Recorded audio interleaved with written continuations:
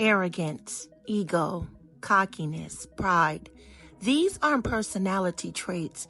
They're spiritual diseases that block a person from alignment with Source. Let's be clear. Anyone who walks around thinking they're above others, better than others, or untouchable is already operating from the lowest vibration of self. You can't be in tune with the divine and arrogant at the same time. The ego was born the moment man forgot who he was, a soul, not a status. When the soul disconnects from humility, it starts trying to prove something that was never in question. Ego says, look at me. Spirit says, look within.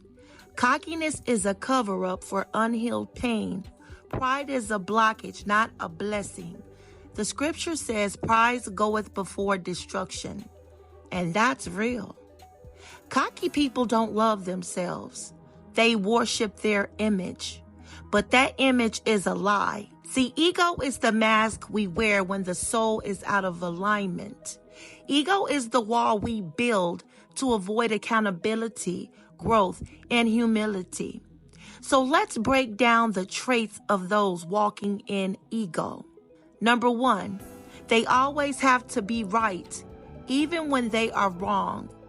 They interrupt others constantly because they only value their own voice. That's number 2. They view correction as an attack instead of an opportunity to grow. They need constant validation, applause, and attention. They cannot genuinely celebrate other people's wins. They feel threatened by strong, confident individuals. They talk more than they listen. They struggle to say, I'm sorry, I apologize, or I was wrong. They name drop, show off, and boast to feel important. They hold grudges, and they thrive on revenge. They gaslight others to maintain their power. They surround themselves with yes men, not truth tellers. They hate being ignored because their ego feeds on attention. They blame others for everything. Accountability is a foreign concept to them. They think humility is weakness.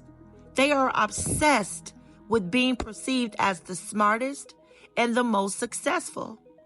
They crave attention, whether it's of people, outcomes, and perceptions. They fear vulnerability because it exposes their insecurities. Now, if you have any of these traits, or if any of these traits hit you, understand that this is not about shame. It's about awareness. See, when you operate in the ego, you block your blessings. You attract mirrors. You repel divine guidance. The Elohim don't speak through pride. They speak through purity, integrity, and submission to the truth. You can't hear the divine instruction with a loud ego.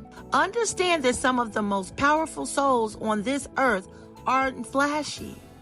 They're not loud.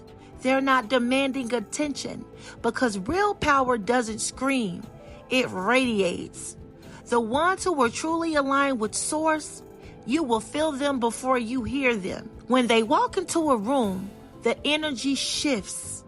That's not ego. That's presence. That's alignment. If you want to ascend, you're going to have to kill the ego. If you want to connect directly with the Elohim, you must humble yourself. The one who carry the most divine power are the ones who carry the most grace. They don't need to prove anything. You know why? Because they already know who they are.